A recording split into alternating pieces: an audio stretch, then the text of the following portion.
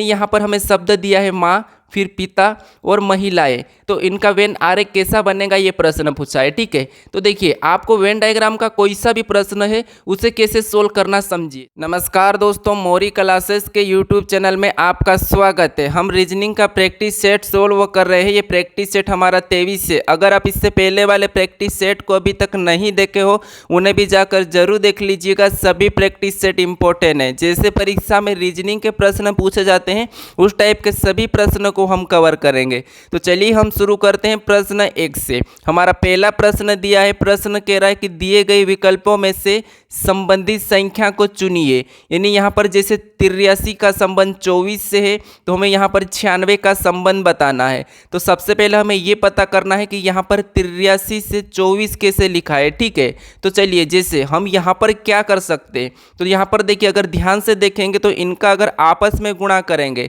तो 8 त्रिया कितने होते हैं, 24 होते हैं और 24 यहाँ पर लिखा है। ठीक है, तो जिस तरीके से यहाँ पर संबंध है इसी तरीके से हम यहाँ पर क्या करेंगे, इसका भी आपस में गुणा करेंगे। तो यहाँ पर 9 छिंग कितने होते हैं, 54 होते हैं। यानी कि 96 का संबंध किससे होगा, 54 से होगा। जो प्रश्नवाचक चिन्ह है यहाँ पर कितना होगा, 54 होगा। ऑप्शन में देखेंगे तो ऑप्शन हमारे यहाँ पर देखिए सी में दिया है, तो सी हमारा यहाँ पर इस प्रश्न का सही जवाब होगा। ठीक है, तो आपको सबसे पहले ये पता करना कि यहाँ पर जिसका संबंध है वही संबंध यहाँ पर बताना। ठीक है, तो चलिए हम बढ़ते हैं प्रश्न 2 पे। अब दूसरे नंबर का प्रश्न कह रहा है कि नीचे दिए गए शब्द का वेन आरेख बताइए। यानी यहाँ पर हमें शब्द दिया है माँ, फिर पिता और महिलाएं, तो इनका वेन आरेख कैसा बनेगा ये प्रश्न पूछा है। ठीक है, तो देखिए आपको वेन डायग्राम का कोई सा भी प्रश्न है उसे कैसे सोल्व करना समझिए। सबसे पहले आपको ये पता करना, देखिए अगर आपको पहले से आता हो तो आप खुद से सोल्व करें। ठीक है, और मुझे कमेंट करके बताएं। तो चलिए सबसे पहले आपको क्या करना है, यहाँ पर समझना है। जैसे यहाँ पर हमें क्या दिया है, माँ दिया है, फिर यहाँ पर पिता दिया है, फिर यहाँ पर महिलाएं। तो आप देखिए यहाँ पर इनका आपस में संबंध। ठीक है, तो देखिए आपस में संबंध देखेंगे तो यहाँ पर भले ये क्या है, माँ और पिता यानी कि पति पत्नी के रूप में होते हैं, लेकिन हमें यहाँ पर एक और चीज़ देखना है। तो ये माँ को देखेंगे तो ये महिला होती है और ये पुरुष होता है और ये एक महिलाएं हैं। ठीक है, तो देखिए अब डायग्राम कैसे बनाएंगे ये समझिए। जैसे हम सबसे पहले किसका बना लेते हैं, मान लीजिए ये महिला का बना लेते, या फिर पहले शब्द का बनाते ये हम माँ का बनाते। ठीक है, ये किसका हम बना रहे, माँ का बना रहे। यानी देखिए ये हमने माँ का डायग्राम बनाया, इसके बाद हमने किसका बनाया, माँ का। अब इसके बाद अब देखिए ये हमारा पिता, क्या पिता और माँ का कोई संबंध है क्या, तो ये पति पत्नी में आते, तो ये क्या हो जाएगा, थोड़ा अलग हो जाएगा, यानी कि इस टाइप बनेगा इस तरफ। ठीक है, फिर देखिए अब महिला का, हमने पिता का बनाया, अब महिला का देखिए तो महिला का संबंध पिता से होगा या माँ से होगा, तो आप कहोगे कि यहाँ पर महिला यानी कि जितनी भी महिला जो माँ के अंतर्गत आती है, तो यहाँ पर जो बड़ा वाला डायग्राम ये किसका बनेगा, महिला का बनेगा। ठीक है, तो अब देखिए हम जब डायग्राम बनाए, जैसे ये जो बड़ा वाला ये किसका है, महिला का है, इसके अंदर छोटा किसका है, माँ का है, और जो पिता ये अलग हो जाएगा। ठीक है, कहाँ हो जाएगा, अलग हो जाएगा। अब देखिए हम ये वाला ऑप्शन में देखेंगे डायग्राम, तो ऑप्शन हमारा यहाँ पर दिया है ऑप्शन 3 में, तो ऑप्शन 3 हमारा इस प्रश्न का सही जवाब होगा। ठीक है, तो आपको सबसे पहले इन शब्दों को अच्छे से समझना है, फिर उसका डायग्राम बनाना है। तो चलिए हम बढ़ते हैं प्रश्न 3 पे। अब तीसरे नंबर का प्रश्न दिया है, प्रश्न कह रहा है कि यदि C भागित R बराबर F और E भागित T बराबर D और B भागित Z बराबर M, तो F भागित L बराबर एक प्रश्नवाचक चिन्ह की जगह अक्सर ज्ञात करें। तो देखिए तो हमें क्या करना है, सबसे पहले ये पता करना है कि यहाँ पर देखिए C भागित R बराबर F कैसे लिखा है, E भागित T बराबर D कैसे लिखा है और B भागित Z बराबर M कैसे लिखा है, उसी तरह यहाँ पर हमें पता करना है। ठीक है, तो सबसे पहले आपको ये पता करना है जब भी इस टाइप का प्रश्न पूछा जाएगा। तो ठीक है, अगर आप इस चैनल को अभी तक सब्सक्राइब नहीं करें तो दोस्तों प्लीज़ सब्सक्राइब कर लीजिए, क्योंकि आप सब्सक्राइब नहीं करते और कमेंट जरूर करें कि हाँ हमने सब्सक्राइब कर लिया है। ठीक है, तो चलिए क्या करेंगे, सबसे पहले हम पता करेंगे। जैसे अब देखिए यहाँ पर क्या करना है, हम देखते हैं सी को देखते हैं। तो भाग देने के लिए सबसे पहले इसको नंबर में लिखेंगे, तो सी हमारा ABCD में 3 नंबर पे आता है। ठीक है, फिर देखिए भागित का चिन्ह लगा लेंगे, फिर हमारा क्या है, R है। अब R को देखिए, R कितने नंबर पे, तो R आता है 18 नंबर पे। ठीक है, अगर हम इसमें भाग देंगे तो 3 का 18 में भाग देंगे तो कितना आएंगे, 6 आएंगे, ठीक है। कितने आएंगे? 6 आएंगे। अब देखिए 6 नंबर पे क्या आता है, आपको पता है 6 नंबर पे ABCD में F आता है, ठीक है, और F यहाँ पर दिया है, ठीक है। तो अब देखिए इसी तरीके से यहाँ पर देखते हैं, इसका क्या करेंगे, अंक लिखेंगे, यानी यहाँ पर देखिए इसका क्या लिखेंगे, अंक लिखेंगे। ई कितने नंबर पे, तो ABCD में 5 नंबर पे आता है। फिर भागित का चिन्ह लगाएंगे, ठीक है, आपको समझ में आ रहा होगा। हमें सेम तरीके से फिर T को देखेंगे तो T भी 20 नंबर पे आता है, तो 20 को लिखेंगे। अब हम जैसे यहाँ पर भाग दिया था, तो यहाँ पर भी हम क्या करेंगे, भाग देंगे, तो यानी कि इसमें भाग देंगे, तो 5 चौक के 20, यानी यहाँ पर कितने आ रहे, 4 आ रहे भाग देने पर।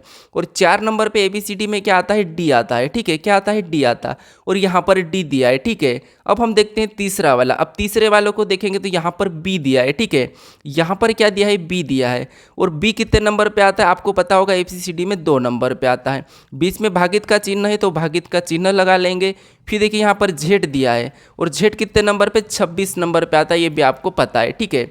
फिर देखिए यहाँ पर भाग देंगे, तो 2 में 26 का भाग देंगे तो कितने होंगे, 13 होंगे, ठीक है। कितने हो जाएंगे, 13 हो जाएंगे। और यहाँ पर 13 नंबर पे कौन आता है, तो आप कहोगे कि 13 नंबर पे M आता है, ये आपको भी याद होगा, ठीक है।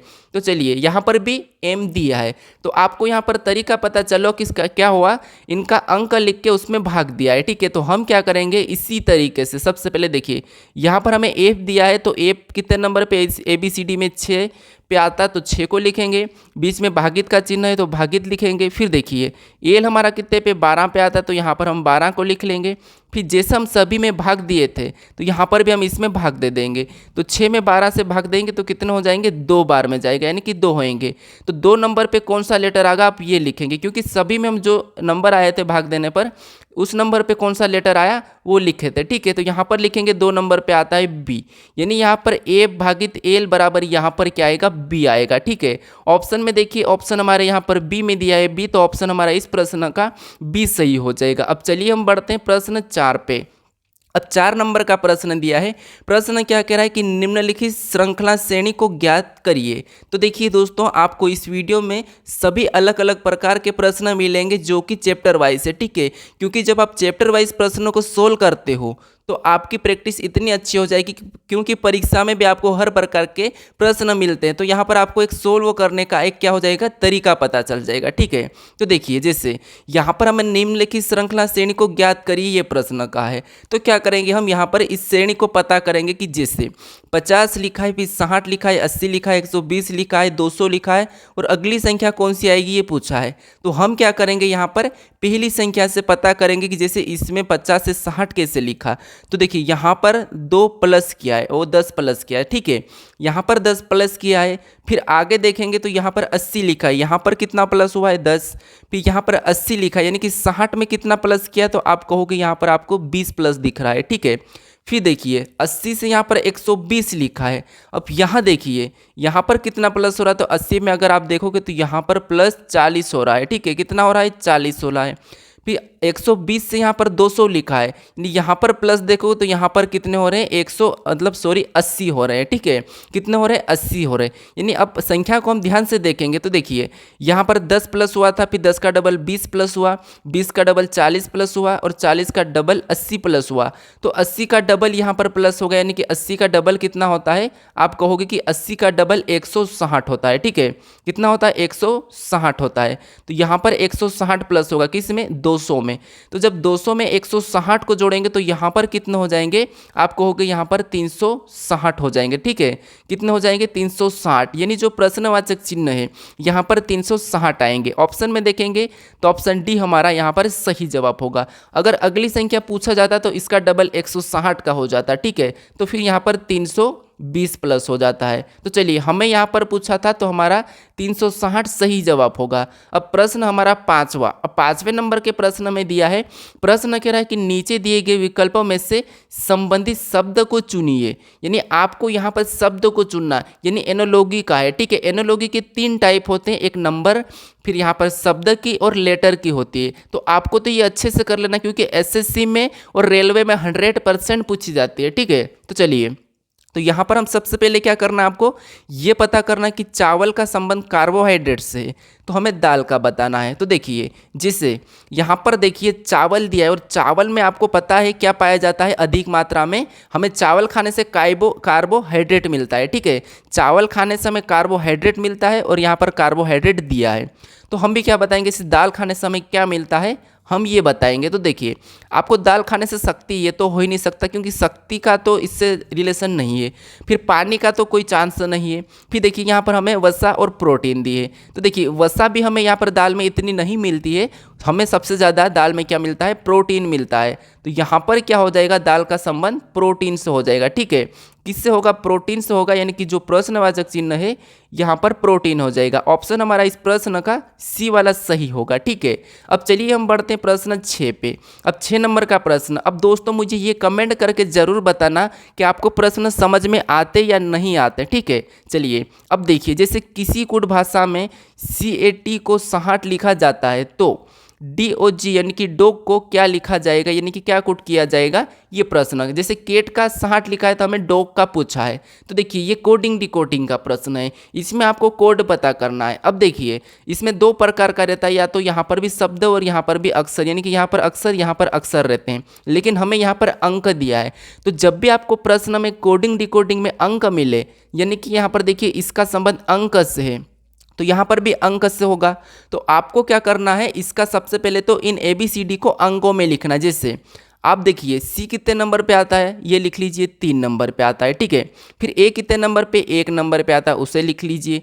फिर देखिए T कितने नंबर पे, तो T हमारा ABCD में 20 नंबर पे आता है, इसे लिख लेंगे। अब देखिए हमें क्या करना है, हमें 60 लाना है, यानी 60 का पता करना है। तो देखिए यहाँ पर हम ऐसा क्या कर सकते हैं कि हमें 60 मिल जाए। तो देखिए यहाँ पर अगर हम इसका आपस में गुणा करते हैं, इसका आपस में गुणा करें तो कि 3 एकम 3 और 3 में 20 का करेंगे तो यहाँ पर 20 तिरिया होते हैं 60। ठीक है, तो हमें यहाँ पर 60 मिल चुके, तो यहाँ पर 60 लिखा है। तो यही तरीका हम क्या करेंगे, इसी तरीके से यहाँ पर जिस तरीके 60 लाया गया है उसी तरीके से हम डॉग का पता कर सकते। जैसे डी हमारा ABCD में 4 नंबर पे आता है। ठीक है, फिर देखिए O हमारा ABCD में 15 नंबर पे आता है। फिर देखिए यहाँ पर G दिया है और G हमारा ABCD में 7 नंबर पे आता है। ठीक है, अब यहाँ पर हम जैसे गुणा करे थे तो यहाँ पर भी हम आपस में गुणा कर देंगे। तो अब देखिए 15 में 4 का गुणा करेंगे तो 15 चौक 60 होते हैं। ठीक है, कितने होते हैं, 60 होते हैं। और 60 में क्या करेंगे, 7 का गुणा करते हैं, तो 60 में 7 का गुणा करेंगे तो 7 छंग 42, 0 का 0। ठीक है,